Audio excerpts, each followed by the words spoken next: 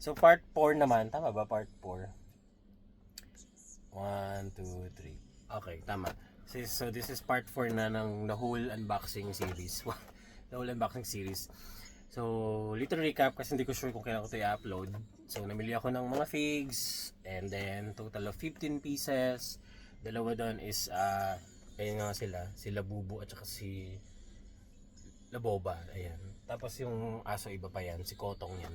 Iba pa yan. So, ayan sila. So, I have my first Labubu and then si Laboba, Lapu Calagracia. Haba ng pangalan. So, na-unbox ko na yung dalawang magkaibang series na tig-isa lang kasi yung nakuha ko. Yung Demo and then yung Constellation, which is Aquarius. Unbox ko na siya. Nakita nyo na yon. And then dalawa out of 13. The other one, not sure kung 13 or 12 lang talaga.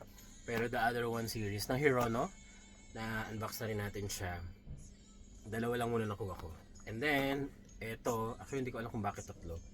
Sa pagkakaalala ko, dalawa lang dito ang binili ko. So feeling ko regalo na ni Madam Kane yung isa. Ni Madam Kane ng Kane's Pop Mart Collection and Kane's Apparel. Hanapin nyo na lang siya sa lahat, sa Friendster, sa Twitter, sa MySpace, sa Tinder. Hanapin nyo siya kahit saan dyan. Pero, eto na nga. So, sa part 4, ito naman yung i-unbox na natin, yung Matchless. Matchless series. So, basahin natin dito. Nakalagay kasi, of course, made by Pop Mart. Ayan, Pop Mart siya. And then, this is Matchless Pop Mart 14th Anniversary Series Figures. Figurine ako ng figurine all throughout. Figures pala tawag. Figures. Anyway, ito yung design niya. Sa Matchless series, this one, what I got is the Moonlight Assassin. Oh, tawari. Moonlight Assassin. Ayan, yung croc. Vlogger croc. And the Moonlight Assassin.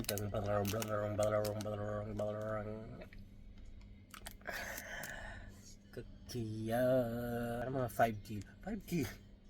5 kilo siya. Huwag nyo i-judge na baka isipin nyo hindi siya sturdy or paling ang puwet niya. Paling lang talaga tong table natin kasi nakapatong sa higaan, so like malambot, kaya hindi rin siya sturdy. Tsaka ayan, malikot ako, kaya malikot din siya. So dahil nakaupo siya, so I'm assuming mga 3 inches na naman ito si Batla. Ayun nga, 3 inches siya. Ayan, 3, para lang may ano kayo, may basihan. 3 inches siya kasi nakaupo. So pag tumayo to, mga ano to, 1 meter. 1 meter.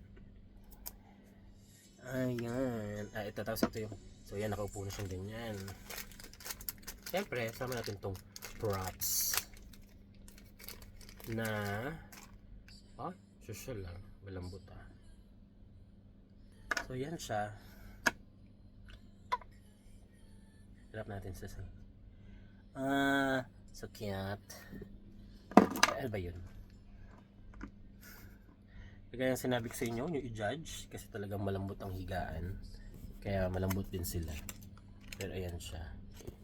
This is first mabigat siya, in fairness talaga, mabigat siya. And then the next one that I choose, kasi I love panda, automatic pag may nakita akong anything pandalicious or anything panda balls, mine agad. Actually, ang hinahanap ko sa mga Hirono series or sa mga figures, sa mga toys, is anything na may pusa or aso sana, yung parang ganun. Pero okay na yung si Moon at saka si Moon. Si Staring at saka si Ghost, kasi meron din naman siyang pet. May pa-dinosaur nga lang siya. I think this one wala siyang okay, andito na yung mga props niya. Kasi ito yung binuksan na ni Madam. Kasi pinabuksan ko rin talaga siya. Kasi gustong i-flex ni Madam ito. Meron siyang buhok. Meron siyang pabuhok. Siya si Heroic Beggar. Tara rin naman ng beggar na ito, ha. Sa lahat ng beggar, ito yung cutie clouds. Ngayon, syempre dahil mabuhag-hag ang kanyang buhok, meron siyang sombrero. Bahala ka na lang kung paano mo siyang ayusin. Pero It's very real life feels. Real life feel. Ginastify pa yung buwaghag na buhok. Kasi ito, inaangat talaga siya dahil. Kasi nga, ano siya, kulotsina. Tapos ito, meron siyang tungkod. Kabit muna natin para maipakita ko sa inyo ng bawang niya. Tapos parang nag-iisip siya ng mga bagay-bagay. Diba? The design is very emaw. So we have our secant. O diba? Ang bigat ng bumbunan niya dahil. Mabigat yung ano niya, sombrero niya. Dumudulas sa kulot niyang hair. Ayan, kita niyo naman sila, diba? Okay. Thank you so much, candidate number 2. Diba, ayan, may props naman din siya.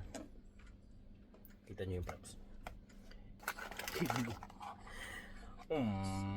Serene Dalrymple. Serene Dalrymple.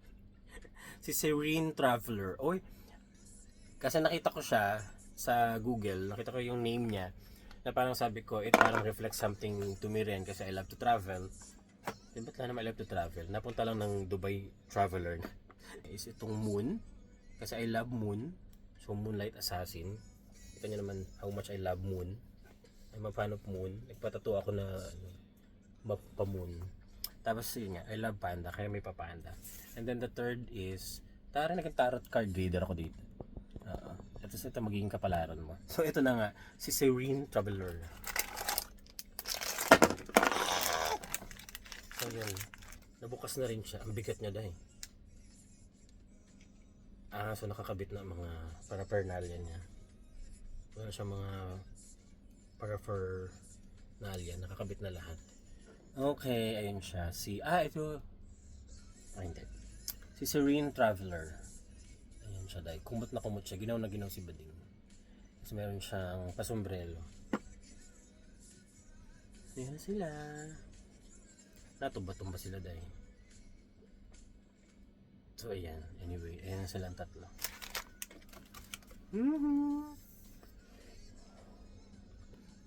Manok, pinusukan.